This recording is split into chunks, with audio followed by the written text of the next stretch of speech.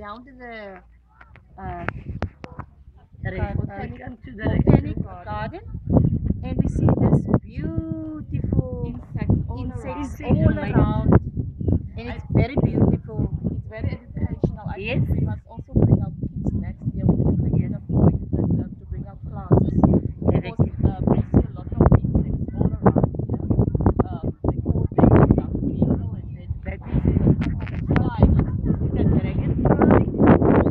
There's a spider and also a big fly, and there's a scorpion also.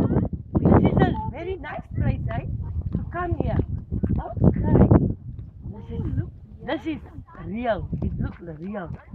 And the children will enjoy it. And some of them can talk about this. Dragonfly. Huh? Dragonfly. Dragonfly.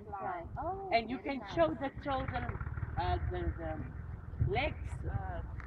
How many legs? body parts That's the body. Okay, 6. I wonder how long does it take the artist to make this? How long does it take to make one of this? Like this, 3 months. 3 months. Okay, and this Really good. is It's metal. okay, great.